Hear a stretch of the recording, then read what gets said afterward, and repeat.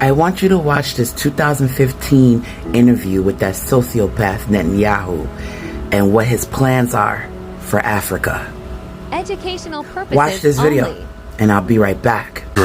So I suggested to some of the European countries a simple partnership.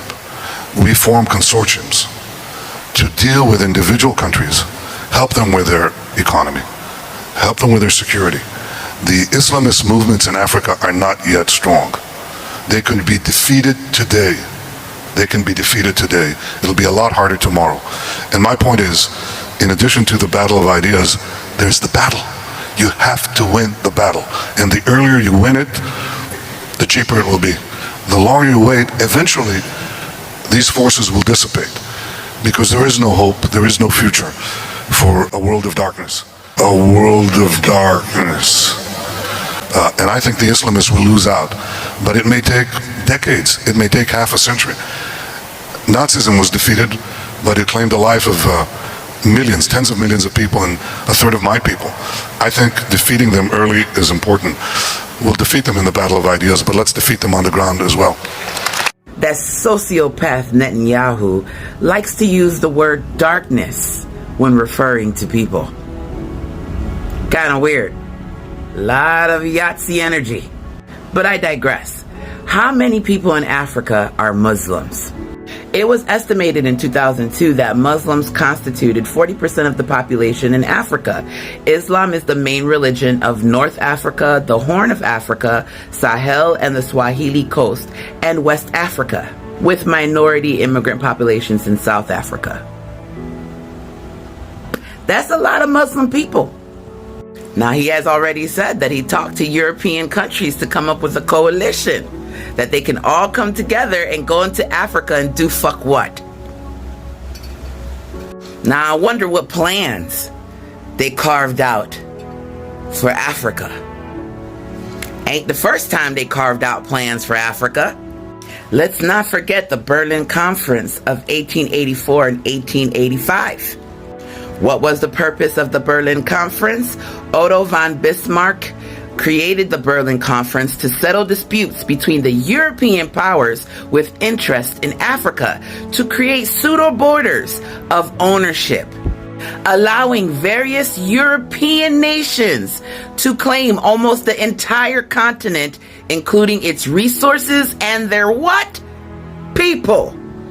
Mind you, there were whole civilizations in Africa, people that were living there. That was their home, their land.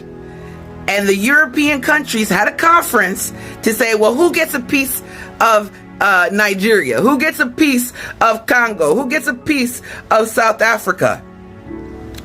And they went and attacked Africa and stole the land. Now that sociopath Netanyahu stated that he had a meeting with European countries so that they can discuss what they should do with Africa under the guise that they're going after the Islamic movement in Africa. For those who keep thinking this is isolated just in, it's not. This is not even the Zionists against the, it is colonization against the indigenous populations. This is what we're seeing right now. Everything is interconnected. Keep thinking this ain't got nothing to do with you. If we don't step up and stop what's happening in, they're coming for the world. The Palestinian struggle is not just a cry for justice.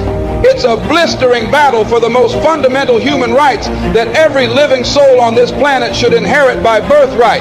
It's an unyielding resistance against the oppressive, suffocating grip of occupation and the callous denial of the most basic human dignity. Just as the civil rights movement in the United States fought against the chains of racial discrimination, so too do the Palestinian people strive to shatter the chains of occupation and tyranny. Never forget, my friends, that the Palestinians, much like African Americans in the United States, have been subjected to a heart-wrenching history of suffering and torment. The birth of Israel in 1948 brought forth the mass expulsion and dispossession of hundreds of thousands of Palestinians from their ancestral homes and land. This is a historic injustice that continues to haunt the lives of Palestinians to this very day. The situation in Palestine serves as a brutal reminder of the consequences of colonialism and the ruthless dispossession of indigenous people. It is an agonizing reminder that the fight for justice knows no borders, and we must stand united in solidarity with all oppressed peoples, whether they reside in the United States, South Africa, or any